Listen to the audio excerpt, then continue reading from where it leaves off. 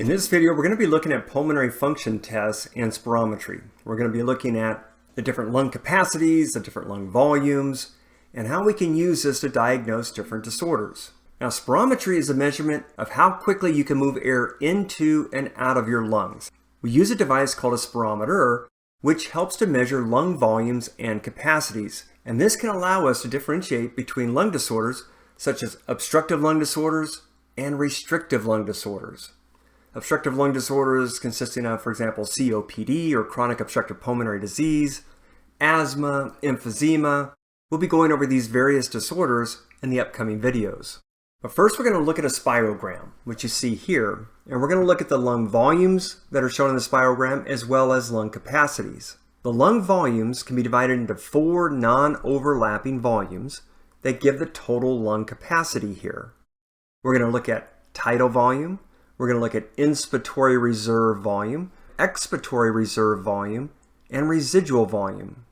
Tidal volume is the normal breathing in a quiet, normal inhalation and exhalation at rest. On a spirogram, you can see it right here. You inhale, you exhale. The average volume of air that you take in and out during inhalation and exhalation is around 500 mils. So you breathe in 500 mils, you breathe out 500 mils. You're not going to have to memorize the various volume amounts, such as the 500 milliliters, but you should be able to identify the volumes on a graph like this. Inspiratory reserve volume is the maximum amount of air that can be inhaled after a normal inhalation. So when you're looking at the spirogram, you inhale, tidal volume, then you exhale, then you inhale, and then just before you exhale, instead of exhaling, you're going to inhale as much as you can.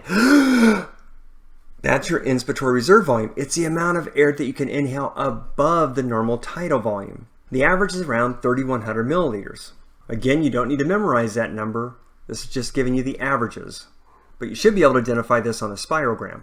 The expiratory reserve volume is the maximum amount of air that can be exhaled after a normal exhalation. For example, when you look at your tidal volume, when you inhale, then you exhale, and instead of inhaling again, you exhale as much air as you can at the bottom of the tidal volume. And that's going to be your expiratory reserve volume.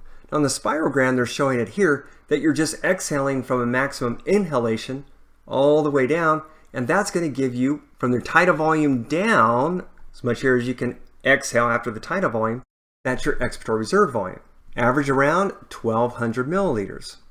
When you look at the residual volume, this is the amount of air that remains in the lungs after maximum exhalation. So you're not going to be able to get all the air out of your lungs. Because remember, when we talked about how the lungs are situated, you have this negative pressure around the lung, which is going to hold the lung against that wall of that pleural cavity. So you're never going to get all the air out, unless of course you have a pneumothorax and it completely collapses. Well, that's this volume right down here. We call it a residual volume. The average is around 1,200 milliliters. And this isn't stagnant air. It'll mix with air as you inhale and exhale. Now we're going to look at lung capacities. And lung capacities are the sum of 2 or more lung volumes. And we're going to look at 4 of these. We have our inspiratory capacity, we have our vital capacity, we have our total lung capacity, and we have what's called our functional residual capacity. Your inspiratory capacity is the maximum amount of air that can be inhaled after normal tidal expiration or exhalation. When you look at inspiratory capacities, this is at the bottom of your tidal volume, and how much air can you inhale? Well, that's going to be your tidal volume plus your inspiratory reserve volume, and that's this here.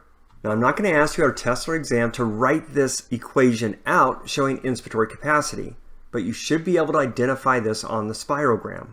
Average volume is 3,600 milliliters. Again, you're not going to need to know the average volume, just be able to identify it on this spirogram. Vital capacity is the maximum amount of air that can be expired after maximum inspiration. So you inhale as much air as you can, and then you blow all of that air out. When you blow all that air out, it's going to be your inspiratory reserve volume, your tidal volume, and then your expiratory reserve volume.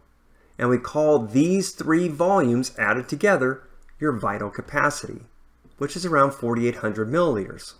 Your total lung capacity is just the total amount of air that the lungs can hold after maximum inspiration. So you inhale all the air you can, which is your vital capacity, and then you add that to your residual volume, and that's going to be your total lung capacity. Your functional residual capacity is just going to be your expiratory reserve volume plus your residual volume. Let's test our knowledge. Go ahead and pause your video, select the term that makes the sentence correct. Here are the answers. Pause the video, select the term that makes the sentence correct. Here are the answers. Pause your video and fill out all of the terms here for the various volumes and capacities. Here are the answers. That concludes this video, and let me know if you have any questions.